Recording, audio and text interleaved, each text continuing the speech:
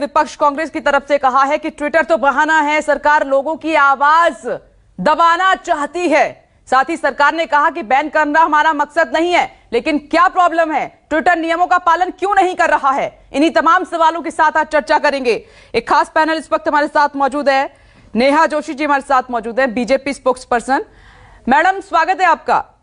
अतुल जी जुड़ गए हैं, कांग्रेस स्पोक्स पर्सन। अतुल जी आपका भी बहुत बहुत स्वागत है इस चर्चा में। और संजय चड्ढा जी को आप देख पा रहे हैं, सुप्रीम कोर्ट के एडवोकेट हैं, बहुत बहुत स्वागत है आपका संजय जी। और मनोज काका जी समाजवादी पार्टी स्पोक्स पर्सन, आपका भी बहुत बहुत स्वागत है। लेकिन शुरुआत मैं कर रही हूं नेहा जी आपसे। आपने सुना रणदीप सुरजेवाला को, ध्यान से सुना होगा, शुरुआत से वो कहते आ रहे हैं कि ये तो बस बहाना है ट्विटर, आप दरअसल लोगों की आवाज को दबाना चाहते हैं, आपको आलोचना बर्दाश्त नहीं है। नमस्कार। देखिए, हम सब जानते हैं कि ट्विटर एकमात्र सोशल मीडिया प्लेटफॉर्म नहीं है। पहले तो व्हाट्सएप, फेसबुक, टेलीग्राम, इंस्टाग्राम, बहुत सारे सोशल मीडिया प्लेटफॉर्म हिंदुस्तान में एक्टिव हैं। और इन सभी प्लेटफॉर्म्स ने जो नए इंटरमीडिएट गाइडलाइंस आए हैं, जो फरवरी में आए थे, उनसे कंप्लाई किया है। जो हिंदुस्तान की लॉ, हिंदुस्तान की कॉन्स्टिट्यूशन से एम्पावर्ड होके जो हिंदुस्तान की गवर्नमेंट ने कानून बनाए हैं, उनका इन्होंने पालन किया, इनके ऊपर कोई एक्शन नहीं हुआ। अब मैं आपको ट्विटर के बारे में थोड़ी सी और जानकारी दे दूं। रणदीप सुरजेवाला जी इतने मंझे हुए खिलाड़ी हैं राजनीति के, पर थोड़ी सी भी रिसर्च नहीं करते, क्योंकि प्रोपेगेंडा में आजकल इनकी रुचि ज्यादा रहती है। यूके का एक पॉलिसी थिंक टैंक है पॉलिसी एक्सचेंज। आपको याद होगा जब ईयू में पिछले साल बहुत जोर शोर से ये होड़ चल रही थी कि एक सोशल मीडिया रेगुलेशन लाए जाए, और उसके बाद वो लेकर भी आए जिसमें 1 घंटे के अंदर अगर कोई कंटेंट ऐसा आता है जो हेट स्पीच को फ्यूल करता है या फिर किसी तरह का धार्मिक उन्माद फैलाता है, 1 घंटे के अंदर इन सोशल मीडिया प्लेटफॉर्म्स को उसको हटाना होता है। तो जब ये स्टडी की गई तो पता चला कि 40% जो जिहादी कंटेंट है, हमने देखा है कि यूरोप के अंदर किस तरीके से जो हमारे आतंकवादी इंसिडेंट्स हैं वो बढ़े हैं, जिहादी कंटेंट सबसे ज्यादा ट्विटर पर उसका ट्रैफिक देखा गया, और ट्विटर उसको रेगुलेट करने के लिए कुछ नहीं कर रहा था। ट्विटर के खिलाफ वहां एक्शन लिया गया। हिंदुस्तान के केस में भी उनको बार बार समय दिया गया। एक गुडविल जेस्चर के तहत 5 जून को एक बार फिर सरकार ने मौका दिया, लेकिन जब वो फेल करते हैं तो बहुत जरूरी है कि उनके ऊपर पाबंदी लगाई जाए। आप भी मानेंगी कि हिंदुस्तान के लॉ से ऊपर, हमारे संविधान से ऊपर कोई सोशल मीडिया प्लेटफॉर्म नहीं हो सकता। अगर धार्मिक उन्माद फैलाने की बात है, अगर हेट स्पीच करने की बात है, अगर ये प्लेटफॉर्म अपनी जिम्मेदारी नहीं निभा रहे हैं तो सरकार को तो अपना काम करना पड़ेगा ना। ठीक है अतुल जी, अगर धार्मिक उन्माद फैला जाएगा तो फिर एक्शन लेगी सरकार, इसमें किसी को ऑब्जेक्शन नहीं होना चाहिए। देखो, ये सब शुगर कोटिंग होता है बीजेपी का, कहना कुछ और करना कुछ, मन में कुछ, दिल में कुछ, जबान में कुछ, ये सारी बातें हैं ना, ये शुगर कोटिंग वाली बातें हैं। ये सीधा सीधा जो कानून है, आईटी एक्ट वहां पर था, सेक्शन 79 जो है वो इंटरमीडिएरी को एक प्रोटेक्शन देता था, और जो जिस यूजर ने जो पोस्ट किया है उसके ऊपर ओनस आता था। अभी इनको freedom of speech and expression और प्राइवेसी तीनों को दबाना है लोगों के, इसलिए ऐसी बात होती है। और ये पहली बार नहीं हुआ है। आप देखिए, पवन जायसवाल नाम के एक पत्रकार थे जिन्होंने नमक और रोटी का एक स्टोरी बनाया था, जिसके लिए उनके ऊपर कौन से 420, 120B, 193, 186 सारे ऐसे कानून थोपे गए जो केवल उन्होंने रिपोर्टिंग की थी। ऐसे काफी मनीष पांडे का है, अमिताभ रावत का है। ये सारी कहानी जो है गवर्नमेंट के खिलाफ बोलना यानी देशद्रोह है। आप शुगर कोटिंग वाली बात बताते हैं, ईयू की जिहादी को दबाना जरूरी है, उनके खिलाफ कानूनी एक्शन लेना जरूरी है। तो बढ़ावा नहीं दे सकते ना अतुल जी, फेक न्यूज को तो आप भी बढ़ावा नहीं देना चाहेंगे। और आपको पता है कि एक बहुत बड़ा ग्रुप ऐसा है जो उन्माद फैलाने की फिराक में रहता है। देश की अखंडता का सवाल है, देश की शांति का सवाल है, सुरक्षा का सवाल है। तो ऐसे में अगर फेक न्यूज वायरल होगी तो उस पर तो एक्शन लिया जाएगा ना। ट्विटर को क्या प्रॉब्लम है फिर? 3 महीने का वक्त दिया गया। एक बात आप समझ लीजिए कि ट्विटर का और किसी भी कोई भी प्लेटफॉर्म का कोई सवाल ही नहीं है। कोई अगर देश की अखंडता, संप्रभुता पे अगर कोई आक्रमण करता है तो उसके लिए उसको सजा देना चाहिए, उसके कानून के तहत लाना चाहिए, इससे किसी को मनाही नहीं है। लेकिन क्या रविशंकर प्रसाद जी और उनका मंत्रालय डिसाइड करेगा क्या सही है क्या गलत है? क्या पुलिस डिसाइड करेगी क्या सही है क्या गलत है? ये लोग जो है गैगिंग एक्ट जो अंग्रेजों के जमाने में आता था 1857, 1878 में, जो वर्नाकुलर प्रेस के खिलाफ दबाने के लिए अमेरिका में बैठा हुआ, फ्रीडम ऑफ स्पीच एंड, देखो नेहा जी, मैं आप बात कर रहे थे तो बात नहीं कर रहा था। ये तरीका नहीं होता है डिबेट का। मैं जो बता रहा हूँ सुनिए आप, और उसके बाद में अपना पक्ष रखिए। डिसाइड करेगा आप बता दीजिए, मैं तो सीधा सवाल। ये तो जुडिशियरी डिसाइड कर, देखिए आप ये meta data end to end encryption जो है, वो एंड टू एंड इंक्रिप्शन ये सबसे बड़ी प्राइवेसी और फ्रीडम ऑफ स्पीच को प्रोटेक्ट करने वाली चीज है जो आप चाहते हो। उससे आप मेटा डेटा चाहते हो और मेटा डेटा से आप क्या क्या करते हो सबको सब कुछ पता है। और किस तरह का जो बैन लाने की कोशिश है, वो ट्विटर ने ट्रम्प को बैन किया था ना। क्यों बैन किया था? कि ट्रम्प ने जो काम किया था, ट्विटर का जो इस्तेमाल किया था, उसके ऊपर उन्होंने बैन किया था। तो हम लोग किस तरह से इन सब चीजों का इस्तेमाल करते हैं, ये सबसे बड़ी बात है। क्या पवन जायसवाल ने जो काम किया था वो घिनौनी हरकत थी? आपने घिनौनी हरकत उसको साबित किया था। रावत ने की थी, क्या घिनौनी हरकत थी? एक अस्पताल, उसकी बुजुर्ग महिला से कुछ हो जाता है तो फर्श साफ करने के लिए एक छोटी बच्ची को कहा जाता है, वो वीडियो क्या देश के खिलाफ है? यानी सरकार के खिलाफ अगर कोई बात करेगा तो सरकार वो देशद्रोही हो जाएगा आदमी। तो ये ट्विटर की बात नहीं है, ये बात इस देश के नागरिकों के संवैधानिक अधिकारों जी जल्दी से जवाब दीजिए, मुझे आगे बढ़ना है। दबाया जा रहा है। देखिए, प्रॉब्लम कांग्रेस पार्टी की ये है कि अभी भी उनको वो India is Indira, Indira is India वाला जो कॉन्सेप्ट है, बार बार उसी को वापस लाने की कोशिश अतुल जी का सवाल ये है कि आप पब्लिक की आवाज नहीं दबा सकते, आप आम पब्लिक की आवाज को नहीं दबा सकते। कल को तो आम इंसान भी कुछ लिखने से पहले 10 बार सोचेगा, उनमें भी डर पैदा हो जाएगा। नहीं, एक बात सुनिए आप, किन परिस्थितियों में बात हो रही है जवाबदेही की, आपको समझना होगा। अतुल जी, एक मिनट, मुझसे सवाल पूछा है, मुझे जवाब देना मांगेगी, ये दिया सवाल पूछा है। कानून जो है ये कानून ट्रांसपेरेंट नहीं है, ये कानून अतुल जी सवाल मुझसे पूछा है, जवाब देने दीजिए। सोशल मीडिया प्लेटफॉर्म्स तमाम हैं इस देश में, क्यों ऐसा है कि ट्विटर के खिलाफ ही एक्शन दिया गया? क्या हम नहीं चाहते कि हमारे देश की जनता एम्पावर हो? जब किसी को बैन कर दिया जाता है, मैनिपुलेटिव कंटेंट अगर आपके किसी ट्वीट पे लिखा जाता है, क्या आप नहीं जानना चाहेंगे कि क्यों ऐसा किया गया है? ये कौन डिसाइड करेगा? कैलिफोर्निया में बैठा हुआ कोई गोरा या हमारे देश का कानून और संविधान डिसाइड करेगा? आज जब गवर्नमेंट ऑफ इंडिया ने गाइडलाइंस बनाई हैं, लॉ बनाया है, अगर कोई विदेशी कंपनी, ये government of India versus Twitter नहीं है, ये भारत की तमाम जनता जिसको अकाउंटेबिलिटी का हक है वर्सेस एक विदेशी कंपनी है, तो ये नैरेटिव को अलग स्पिन देने की कोशिश हम नेहा जी एक सवाल का जवाब दे दीजिए। इस एक्ट में ये क्यों नहीं दिया है कि डाटा किन स्थितियों में, कौन सी परिस्थितियों में जुटाएगी सरकार? ये क्यों नहीं दिया है? ये किसी गोरे का सवाल नहीं है, दिया है। ये एक्सप्लेन किया है किसी देश के ये एक्सप्लेन किया है, बहुत अच्छे से किया है। पढ़ा कीजिए थोड़ा, रविशंकर प्रसाद जी ने बहुत अच्छे से किया है। किन परिस्थितियों में डेटा जुटाया जाएगा, किन परिस्थितियों में मांगा जाएगा, और ये आप भी जानते हैं। नहीं, आप एक बात अतुल जी, कांग्रेस मीडिया सेल की ब्रीफ से ज्यादा भी कुछ पढ़ा कीजिए, आपको पता चल जाएगा क्या है एक्ट में और क्या नहीं है। नेहा जी, मैं पढ़ के बैठा हूं यहाँ पर, इसलिए सेक्शन 17 और सेक्शन 3 की बात कर रहा हूं। आप डिसाइड करोगे कि ये बात हमारे फेवर में या नहीं है। आप दबाओगे, भारत का संविधान तय करेगा, भारत के संविधान नहीं है, वो आगे जाता नहीं है, क्योंकि उसको सेंसिटिव गाइडलाइंस बनाई है, सेंसिटिव मीडिया करके कहा जाता है। क्या ये अंग्रेजों की सरकार है? हमने चुनी हुई सरकार है, 2070 में जनता ने चुनी हुई सरकार है, अंग्रेजों ने चुनी हुई सरकार है। जब vernacular press act, gagging act आए थे और सारा जो चीज है पहले सरकार को देना पड़ता था और फिर बाद में आता था। क्या इस देश में कानून नहीं है? देखिए अतुल जी, 2 तरह की लॉबी है सोशल मीडिया पर, ये आप हर प्लेटफॉर्म पर आप बखूबी देखते हैं, और ये आपके खिलाफ भी होता है, सरकार के खिलाफ भी होता है। अगला सवाल मैं आपसे हमारे खिलाफ होता है ज्यादा। ठीक है मनोज जी, हमारे खिलाफ ही मनोज काका कौन फेंकता है ट्विटर और सारी 1 मिनट सर, मनोज काका बोलिए। एमडी को 7 दिन का वक्त दिया है ट्विटर के, और उनके स्टेटमेंट उनको अपनी दर्ज करानी होगी, तो क्या आप भी यही मान रहे हैं कि ये दरअसल हिंदुस्तान की जनता की आवाज दबाने की कोशिश है? ये तो सभी को मानना पड़ेगा, जो पिछले विगत दिनों से जो हालात चल रहे हैं। अभी जो सोशल मीडिया असल में क्या है कि ये दोधारी तलवार है, जो ये सबको निष्पक्ष रूप से मानना पड़ेगा। जिस सोशल मीडिया के एमडी से, उसके सीईओ से, जुकरबर्ग से जाकर के मोदी जी, जब इनके हर तरह के झूठे वादों और दावों की वाहवाही होती, जब वहां इनको लाइक ज्यादा आते थे, तब तो इनको ये बहुत अच्छा प्लेटफॉर्म लगता था।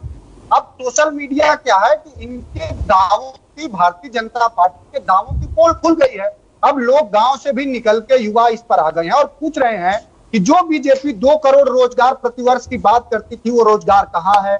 जो बीजेपी 35 रुपए डीजल की बात करती थी, वो कहाँ है? हॉस्पिटल में इलाज है कि नहीं है? और हमारी जो जीडीपी 8.23% थी 2014 से पहले, वो अब -7.23% हो गई है। तो अब बीजेपी के और मोदी जी के दावों की पोल खुल रही है। और उत्तर प्रदेश में तो हालात कितना भयावह है, आपने देखा ही होगा। हाथरस में क्या हुआ, उन्नाव में क्या हुआ। जो ममतामयी और स्नेहमयी मां गंगा थी वो अब लाशों से पट गई हैं बीजेपी के दुर्व्यवस्था और व्यवस्था के कारण। तो सवाल ये नहीं है कि सोशल मीडिया, ट्विटर, फेसबुक पर क्या हो रहा है, सवाल ये है कि अब मोदी और योगी के जो झूठे दावे हैं, जो गलत काम है, उनकी पोल खुल रही है। तो अब इनको ये बुरा लग रहा है। नहीं, आप ये कह रहे हैं कि ट्विटर की कोई गलती नहीं है, सोशल मीडिया प्लेटफॉर्म्स की सिर्फ आलोचना से मोदी सरकार डर गई है इसलिए ऐसा कर रही है, आपका ये कहना है? जी और ये सुन लीजिए, ये निष्पक्ष प्लेटफॉर्म है। ट्विटर ने दुनिया के सबसे बड़े आदमी डोनाल्ड ट्रंप को बैन करके ये उदाहरण प्रस्तुत किया कि जो भी हेट्रेड न्यूज फैलाएगा उसके खिलाफ हम कार्रवाई करेंगे। तो ट्विटर के निष्पक्षता पर किसी तरह का कोई सवाल नहीं उठाया जा सकता। सवाल ये है कि अब भारतीय जनता पार्टी और ये जो गाजियाबाद का मैटर आया इन्वेस्टिगेशन में, इसको फेक पाया, ट्विटर को कहा गया था कि इसको हटाइए, ट्विटर नहीं माना, इससे माहौल खराब होगा। और इससे पहले भी ऐसी कई खबरें आई जिन्होंने माहौल खराब करने की कोशिश की, सभी बड़े एग्जाम्पल आपके सामने हैं। उसमें कुछ गलती नजर नहीं आती आप लोगों को क्या? देखिए, कई ऐसे अकाउंट भी हैं, जैसे आल्ट न्यूज है, प्रतीक सिन्हा चलाते हैं, बहुत सारे। अगर आप उसका अध्ययन करें तो आल्ट के तहत तो सबसे ज्यादा हेट्रेट और उन्मादी बयान देने वाले अगर लीडर्स और नेता, अवैज्ञानिक बयान देने वाले अगर कहीं हैं तो वो भी भारतीय जनता पार्टी में है। उदाहरण कल को मुझे ये बताइए काका जी, समाजवादी पार्टी के खिलाफ कोई गलत मैसेज वायरल होता है तो आप क्या करेंगे?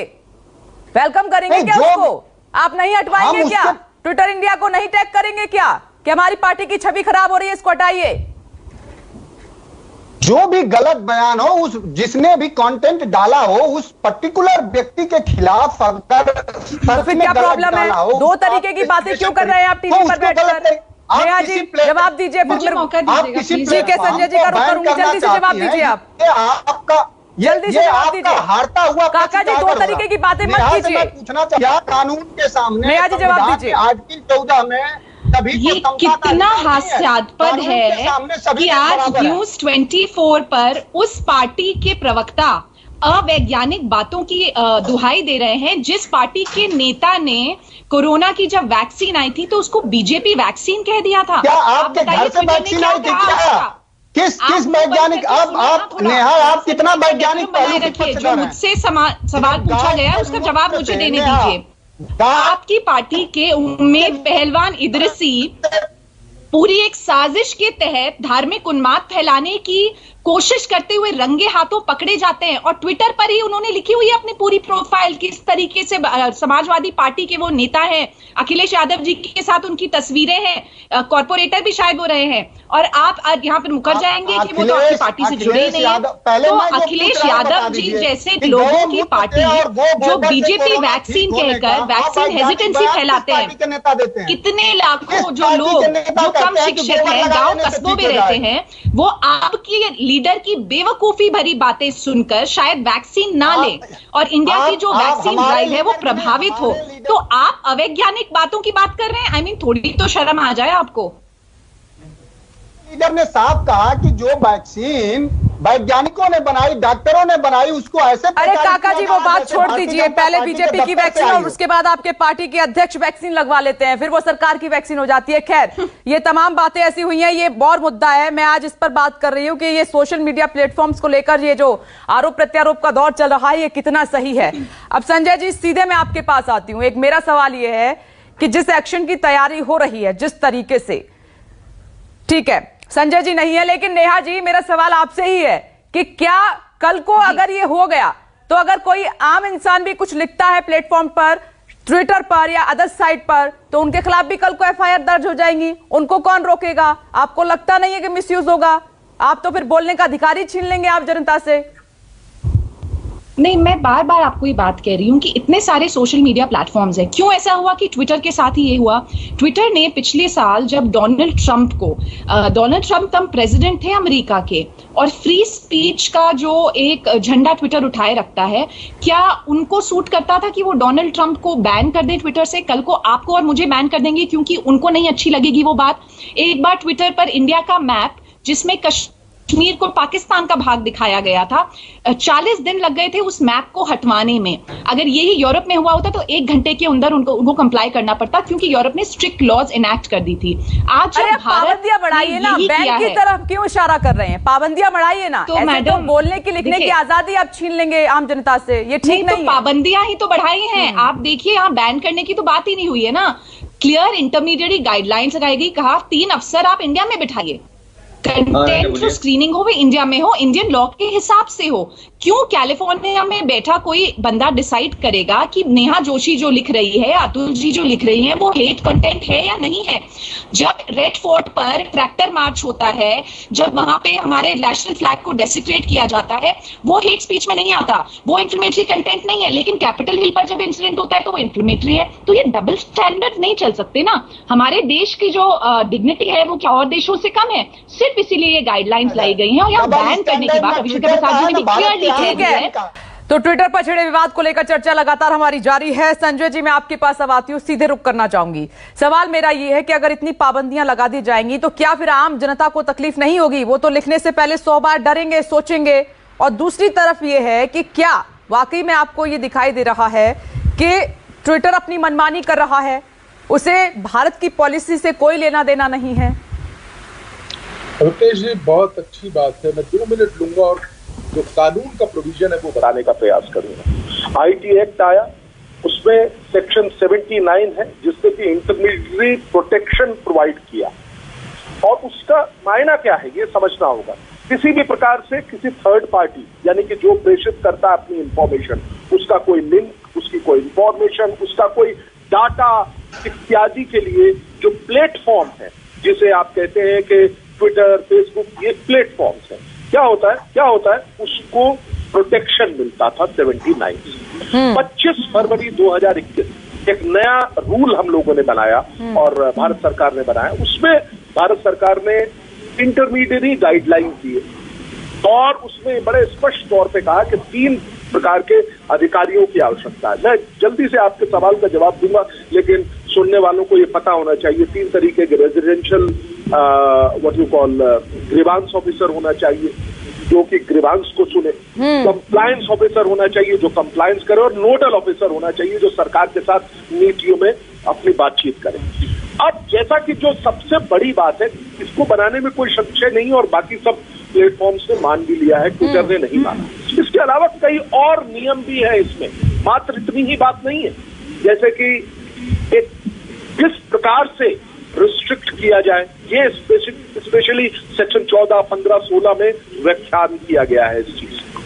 आज जो सबसे बड़ा भय है वो ये है कि कहीं हम इस तरह के नियमावली बनने से सर्विलेंस स्टेट की तरफ तो नहीं बढ़ रहे हैं, हम चाइना तो नहीं बनने जा रहे हैं कि हम इन तमाम चीजों को, जो कि एक बहुत बड़ा लोगों के लिए एक प्लेटफॉर्म है। आप देखिए ना, जो भी व्यक्ति आज सफर करता है, यहाँ पे मैंने न्यूज 24 में एक रिपोर्ट देखी थी, जब कोरोना हुआ था तो उस काल में किस प्रकार से ट्विटर ने और तमाम इन हैंडल्स ने लोगों की मदद की थी, दवाई पहुंचाने में, ऑक्सीजन पहुंचाने में इत्यादि। तो इसके पॉजिटिव एस्पेक्ट्स भी हैं, लेकिन किसी भी तौर पे ये एक बात बड़ी भारी है, ट्विटर को हम अलाउ नहीं कर सकते कि वो हमारे राष्ट्र का जो कानून है, हमारे देश का जो कानून है, उस पर किसी भी प्रकार से।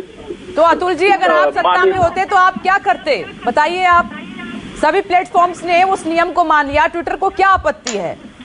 विपनेश जी, मैं आशा करता हूं कि आप थोड़ी बात सुनेंगे। पिछली बार मैंने आसान भाषा में बताने की एक बात और कह रहे हैं संजय जी, सुन लेते हैं। संजय जी बोलिए, क्या बात है आप? मैं एक सिर्फ लास्ट बात, विपनेश जी बहुत बहुत धन्यवाद आपका, वो ये है कि देखिए, अगर ट्विटर को या किसी भी अन्य व्यक्ति को कोई इसमें परेशानी है तो हमारा जुडिशियल रिव्यू है। हम लोगों को सुप्रीम कोर्ट में इस चीज को चैलेंज करना चाहिए कि किस प्रकार से ये जो है आर्टिकल 19(1)A में हमारे को दखलंदाजी करेगा। मेरा मानना ये है। ठीक है, मैं भी चाहती हूँ अतुल जी, वक्त नहीं है, चर्चा को यहीं विराम देना होगा। देखिए, धारा 79 के तहत जो प्रोटेक्शन सरकार की तरफ से सोशल मीडिया प्लेटफॉर्म्स को मिलता था, उसमें अब ट्विटर शामिल नहीं है, क्योंकि ट्विटर ने वो नियम लागू नहीं किया। आप सभी का बहुत बहुत शुक्रिया। वक्त की कमी है, चर्चा को यहीं विराम देना होगा।